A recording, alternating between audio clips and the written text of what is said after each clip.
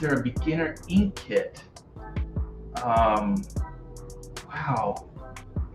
I'd say there's just some. It's real basic. There's real basic tools. So for me, I like Pelican ink, but everybody's different. So I like Pelican ink, and the reason I like Pelican is because it's the least fussy ink out there. So right from the bottle, it usually works really well.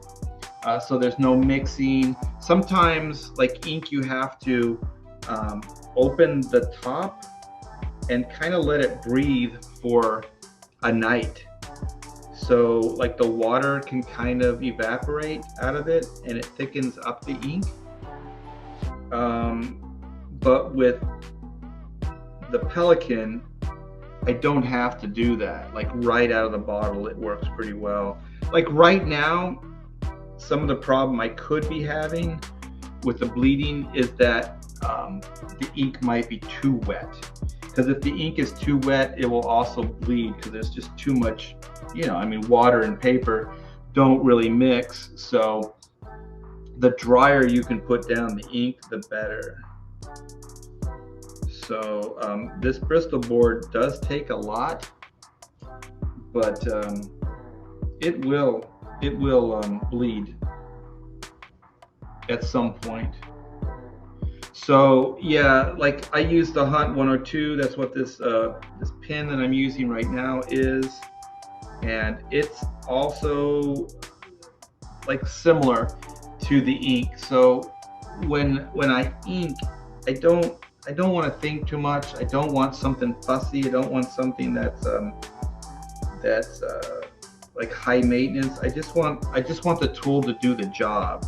So there might be a better tool to get the line that I'm looking for, but I don't want to change my nibs all the time or pick up another tool or mix my inks or do all that kind of fussy stuff. There's some inkers that will do that, and I've tried it in the past, but I really don't like it. It's too much. Like I said, I just don't want something that's that high maintenance or fussy. I want to just be able to, put a nib in a holder and then use it, dip it in the ink, and then go with it. So that's my thing. Like I said, there's a lot of different inkers out there. They use different tools to get different results. So it really is like, as far as a beginner thing, I'd say just go with tools that, try a lot of different tools, see what feels best to you, like comfortable, what gets the line that you want. That's the main thing, is get the look that you really want.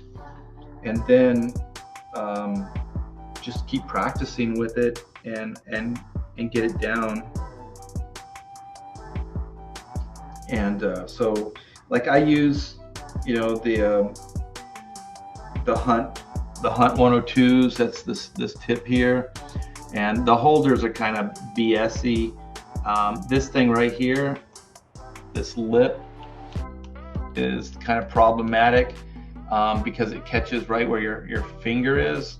So what I do is I take a file and I file it down. There's still a little bit of a lip, but I file it down so it's not as sharp, because I don't know, I guess they expect you to put your hand right at the front of it, but my finger goes right where this line is. So it's kind of a bullshit design. They really should take that lip out of there. They should make it smooth, because everybody's hand's different size. So I always thought like these Hunts, I don't think they really care. They're just kind of banging these things out, because also the tips are they're not all the same, so there's not quality control. So each Hunt tip will act differently. It will perform in a different way. So that's another thing about inking. So if you think it's you, Sometimes it's not. Sometimes it's actually, the tool. So just remember that, when you're inking out there.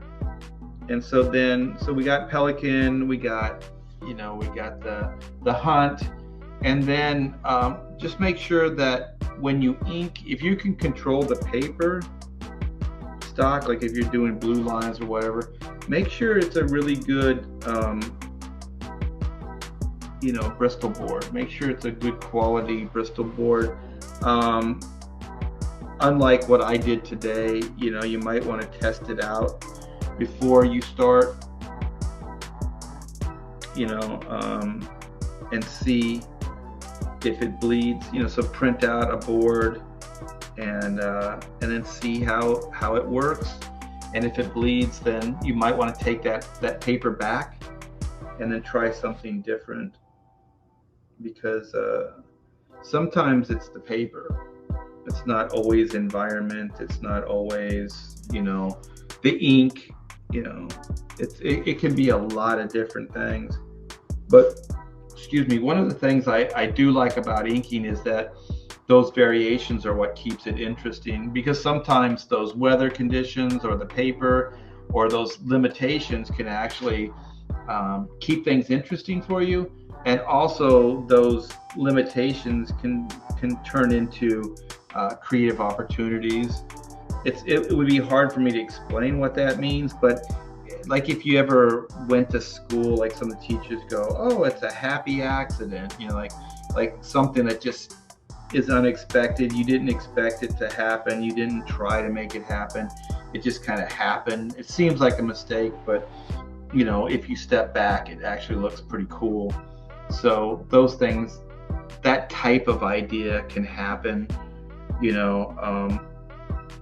with those conditions, not, so I think, like when you ink, you kind of gotta learn to go with the situation. Like you kind of gotta go with the flow, like whatever the environment gives you, whatever the paper gives you, whatever the tools will give you. And then where the skill comes in is that, the more you do, the more you can kind of figure out when this problem happens, how to deal with it, when another scenario happens, how to deal with it. Like one of the things is when your paper's bleeding, like it is right now, don't do what I'm doing right now. Yeah, don't go over the line too many times, because you can see I already kind of, there's too much ink on it. Like I was saying, it's too wet.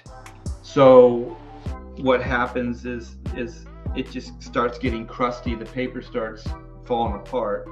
So you don't want to put too much down, and you don't want to go over it too many times, because the paper will disintegrate. And the next advice is don't be heavy-handed.